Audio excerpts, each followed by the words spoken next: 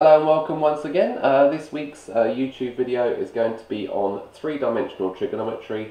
Just following up on the trigonometry video that I did earlier. The earlier one was about trigonometry and Pythagoras, basic trigonometry and Pythagoras. This one's more suited to students doing the higher tier paper. This one's on three-dimensional trigonometry, picking out some more difficult questions from some of the past exam papers, some of the mock exam papers to go through, and just taking you through those. Again, preparation for GCSE mathematics in the summer, so if you're preparing for GCSE mathematics, this is intended for you. Just a little few run-throughs of questions, giving you some bite-sized chunks. If you want to see these topics from scratch, you can just Google the videos for those. There's plenty of resources out there, revision resources, but I'm just going to go through some key questions just to show you the kind of thought processes that you need to go through. People do find 3D trigonometry reasonably tough to do, but it's reasonably easy to do if you think about the triangles, the right angle triangles that you can create from within inside the shapes. And the trick is always to try and create 3D shapes, and to think about the triangles, the right angle triangles you're going to be creating inside of those things. So this first question here is talking about a solid cuboid, a volume of 40 centimeters cubed, so it's drawn a little sketch here. The cuboid has a total surface area of 100, and in one edge of the cuboid has length 2. The cuboid has been deliberately left unmarked for you, and it says find the length of a diagonal of a cuboid. So there's quite a lot of information in this question, more information than perhaps you might think you need, but you do need all this information to answer this question. And again, just pointing out, this is the calculator paper because it's asking for an answer to 3 significant figures. So first things first, you need to think about how you're going to be labelling this cuboid. So I'm going to label this cuboid first of all, and then we're going to take these lines of information, just one thing at a time. Try and pick out those easy marks, and the principle's got to be to try and pick out easy marks if you can get them all the way through. So there's certain things we know, certain things we don't know. So we know that one of the edges is 2 centimeters. I'm going to make that the height. It doesn't have to be, but I'm going to make that the height here, just to make it easier for myself. If you could do this problem with it making the base, and there's a variety of answers to this question that uses 2 centimeters as the base, or indeed 2 centimeters as the length. But here I'm just going to use 2 centimeters the height because that's what I chose to do.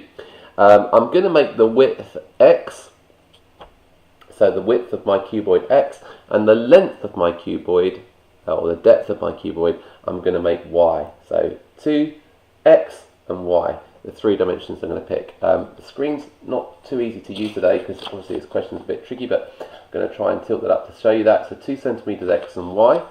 And I'm going to use these pieces of information one at a time and start labeling, start creating formulas for myself, little formulas for answering these particular bits of the question. So let's look at that first line first of all, the volume of 40. We know that the volume of a cuboid is length times width times the depth.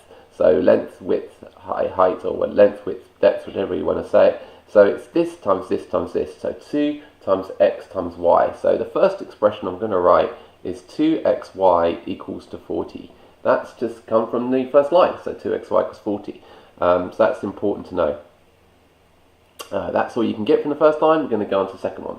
The second one is talking about surface area. So again, I have to think about surface area. Now I've got 3 sides I'm going to call here. Side A, side B, and side C. Now this cuboid will have 2 of those, 2 A's, 2 of these, 2 B's, and 2 of those, 2 C's. So top and bottom, left and right, back and front. So 2 of each of these sides. Now the area of the side which I've labelled A, so just going to show you that once again, the area of the side that I've labelled A is going to be 2x, just the length times the width, so 2x. The length of the shape that I've labelled B is going to be this height here, 2 times y, so 2y. And the length of the area of the shape, sorry, that I've called C is going to be this length here, the x, times this length here, y, so xy. And because this shape has got 2 of each one, the total surface area will have 2 of those, 2 of these, and 2 of those. So I can write an expression from this information up here. I can write an expression that goes 4x So in other words, 2 of these. 4y, 2 of those, and then 2xy is equal to 100. That's just come from that second line. So already I've got 2 formulas which I've written based on the information in the question. So 2 of those, 2 a's, 2 b's, 2xy, 100. Now, interestingly, you can hopefully already see that I've got a little bit of overlap between these 2 formulas. So 2xy is 40, so I can write 40 in here instead of xy. So let's do that real quick. Okay, so already I'm getting a little bit simpler. So 4x plus 4y, I apologise for the screen flicker there. So 4x plus 4y equals 60.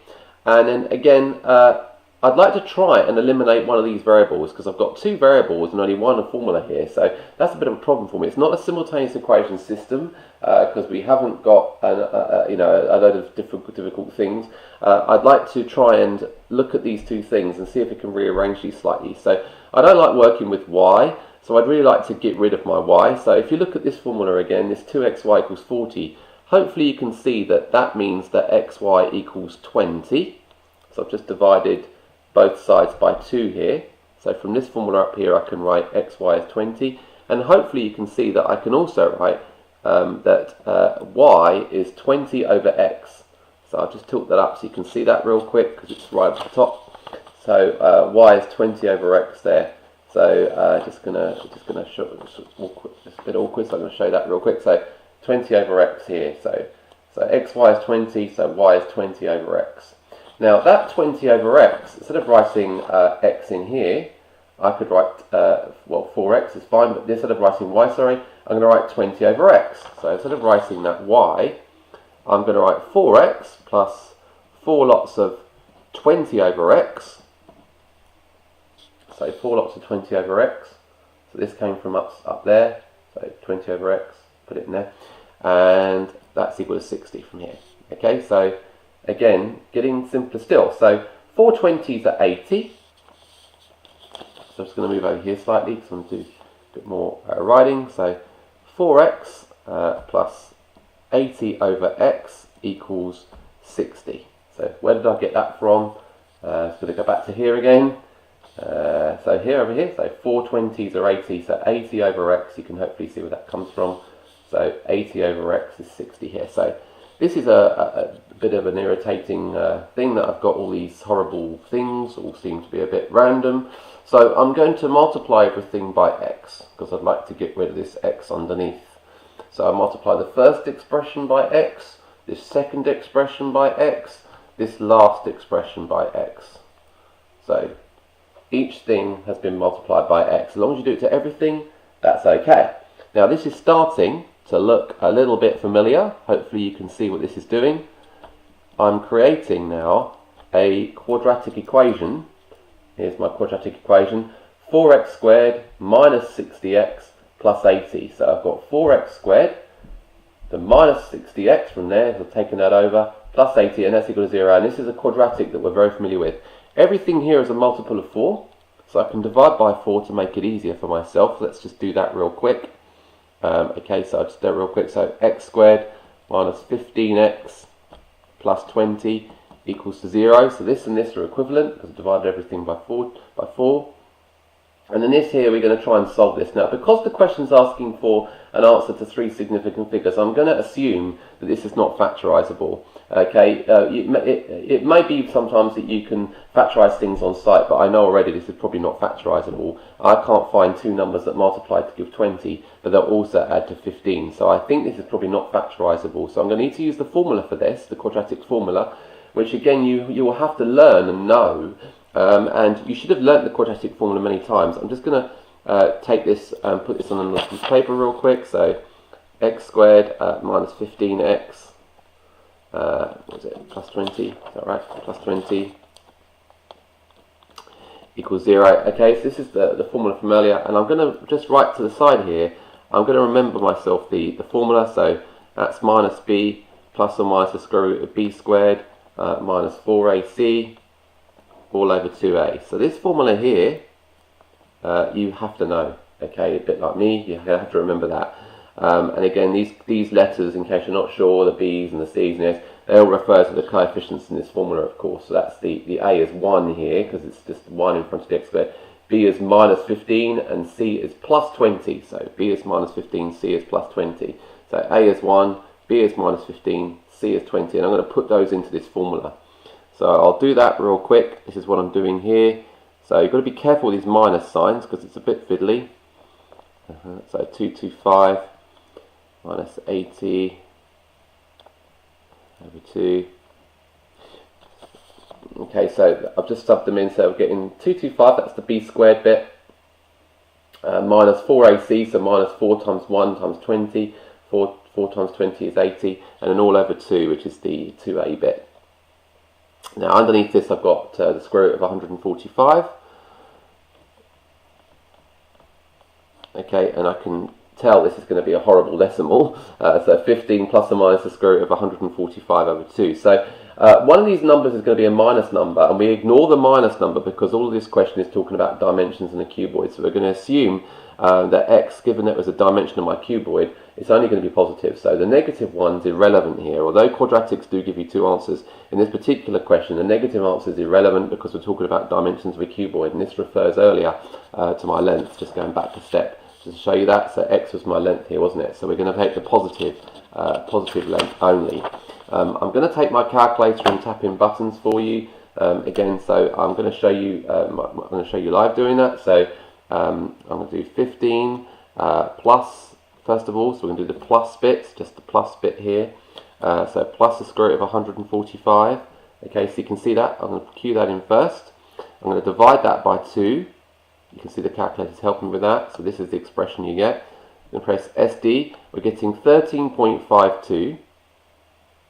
Again, I'm just like other questions I've done before on YouTube. I'm going to write the whole thing. So 079729. Because we don't want to make a mistake, I want to use the whole thing, write down the whole lot, so I don't make any mistakes and don't get any rounding error. And just to double check, I'm just going to double check that 15 minus root 45 does give me a minus number. Oh, it doesn't actually, because it gives me a positive number. Okay, so we need to get into that. So 1.479202.711.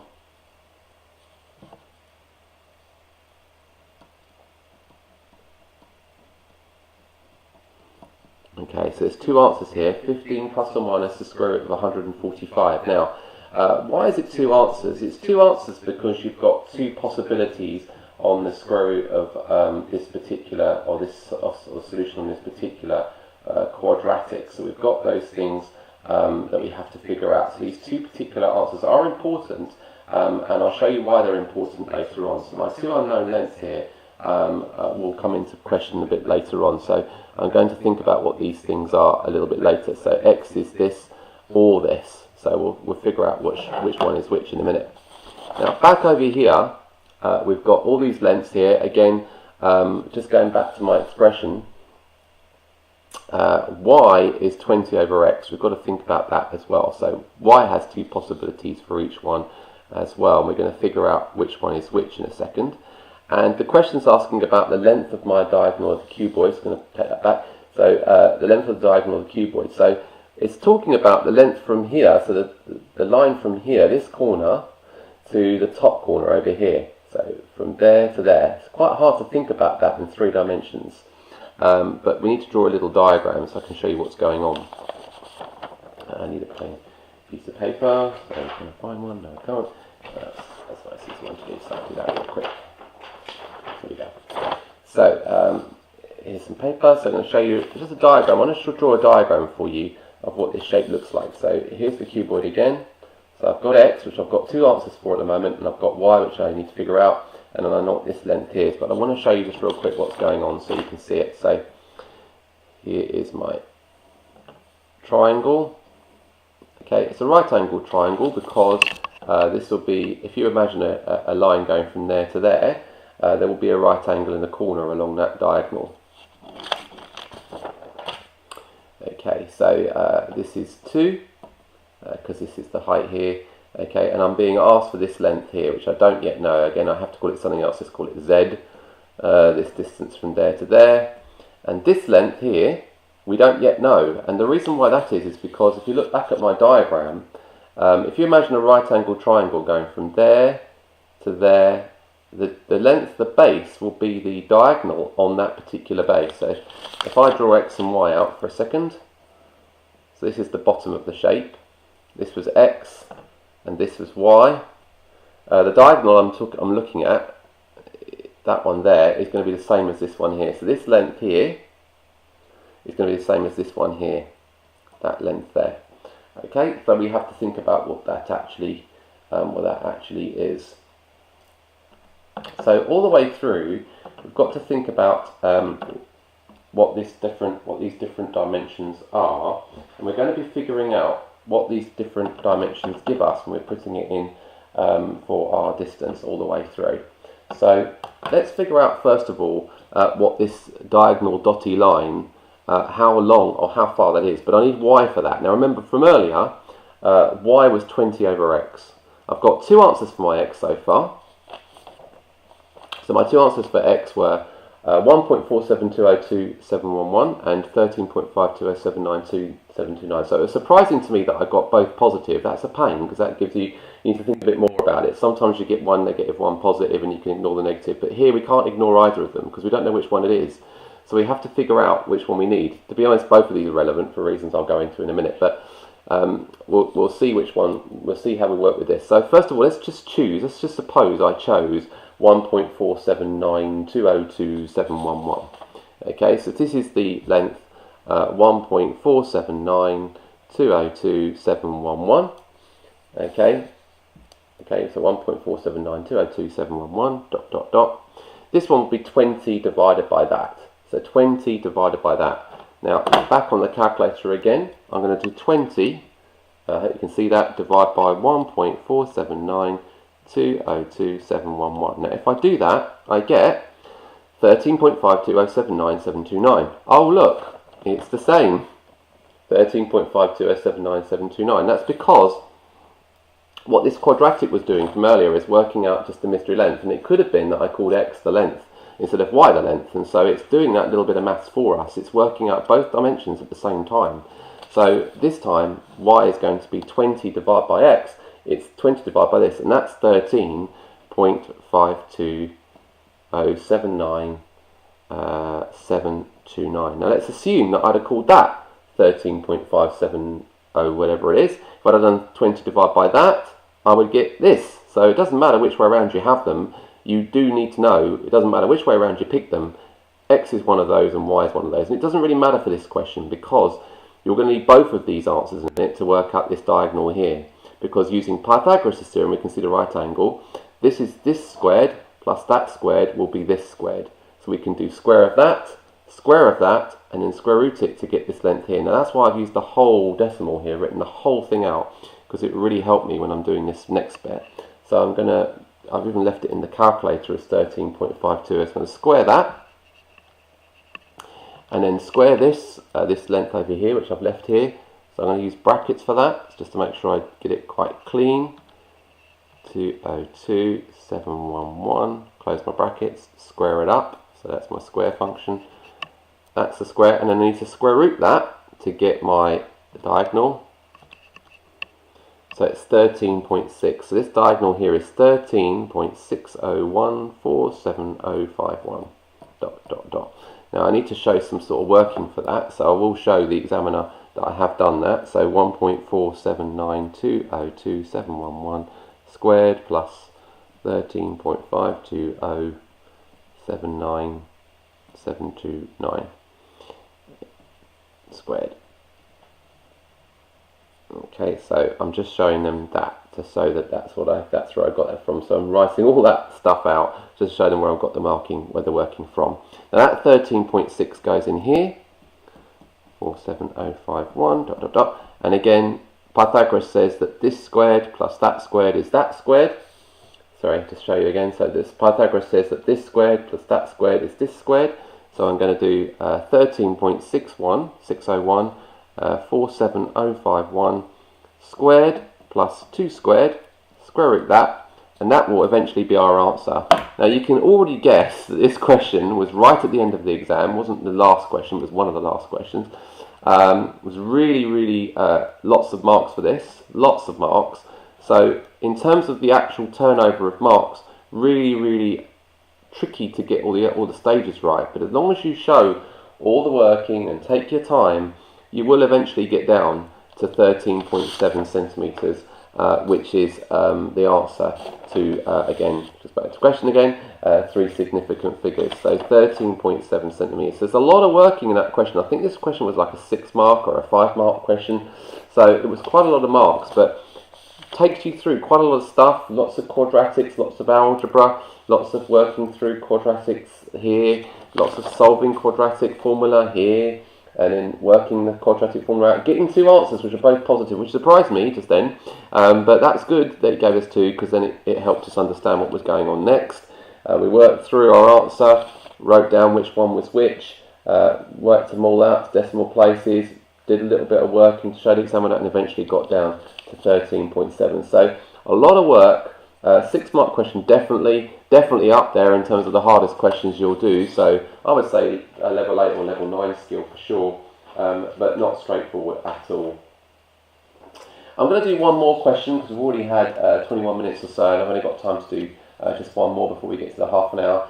This last question here, which again is a 3-dimensional trigonometry question. Again, not easy, not straightforward at all. And quite confusing in the way it's laid out, so I picked it particularly for those reasons, which seems a bit weird, but you know, these are the ones that I think you've got to be trying to practice so that you can get your skills really sharpened for that exam challenge that you're going to have in the summer. So this particular question is dealing with a pyramid base ABC, triangular base pyramid, and it's talking about all sorts of different dimensions here, CD being perpendicular. So they've got the little 90 degrees in there, you can see, sorry for the screen flicker. And then CBD is 34, so this angle in here is 34. And then angle ADB is 45, so this angle here is 45. And then DBA is 60, so this angle here is 60 degrees. Now it's important to know where these angles are drawn. This is not on the base, this is on the side here. So it's hard to see that on the shape, but you can hopefully pick those things out. And it's asking you to calculate the size of the angle between the line AD and the plane ABC. So that's this one here. So that's on the diagram, that is this length here, this angle, sorry. So this angle between this diagonal and then that base. And there is a right angle triangle already in that corner, which I'm tracing out with my pen, which hopefully you can see. So there's a right angle triangle there, which we're going to draw in a minute. So this question is all about sort of deciding where your right angle triangles are. You've got to think about all these different shapes and figure out what's going on, what your strategy is going to be. The most important thing about three-dimensional trigonometry is to try and work out the sides that are common between your different shapes. So the sides that are common, the sides that are used most often. Now this is asking for the angle between the line AD and the plane ABC, so the bottom in other words. And so it would be quite useful to find out what this length here is, this CD, this height is. Because the strategy ought to be, if I can work out this line CD, and I can work out this line AC, or this AD, then I can use my trigonometry, my sine, cos and tan, just basic sine, cos and tan, to work out what my angle is. So the strategy's got to be, let's try and work out this side, let's try and work out one of these two, and then figure out which relationship we need to work out this angle. That's got to be the strategy. Now let's start with CD. So CD is a length that we don't know, and again you can hopefully see there's a right angle triangle here which I'm tracing out with my pen, which is on the side here. So this triangle which I'm going to draw at the side here, which is C at the base, D at the top and B in the corner. So I've just drawn that here to show you a little bit clearer. And then this angle we've already been given is 34 degrees, and this is 20. So this is 20, that's that one, 34, that's this one, and this CD that we want. Now this is the opposite, because it's opposite my 34, and this is the adjacent here. So we're looking at the opposite, we've got the adjacent and an angle, that's going to be a tan relationship. So CD is, CD over 20 is tan 34, so opposite over adjacent, and then that means that CD is 20 times tan 34. Okay, so 20 tan 34. Okay, I'm going to leave that as it is for now. I'm not going to press any buttons. I'm going to leave it quite vague for now. Leave it as that expression. So 20 tan 34. I might even just write that in there, just so I've got that in there. I'm not going to try and pressing buttons too early. Now, once I've got that mentioned, so I've got that side, so I need that side. Again, over here I'm going to draw my right angle triangle that I'm trying to target. So here's my CD, there's the A. This is the angle I want. Okay, so that matches with this. This we know now, CD, 20 tan 34. I need one of these two sides. Now, looking at the diagram, the original diagram, put that more into centre, it would make no sense at all to be looking at the line AC. And the reason why that is because I've got nothing about the base that I know apart from this 20. I don't know this is an equilateral triangle because it's not clear. It doesn't tell me anything about the angles on the base. There's no angle on the base that I'm given in the question.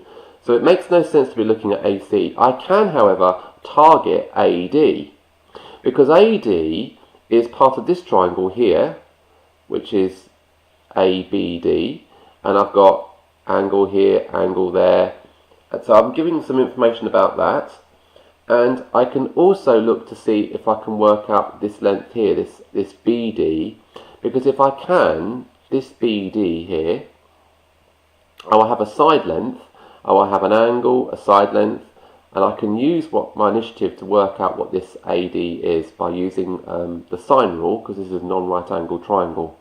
So let's just draw that triangle out, ABD, just to show you that real quick.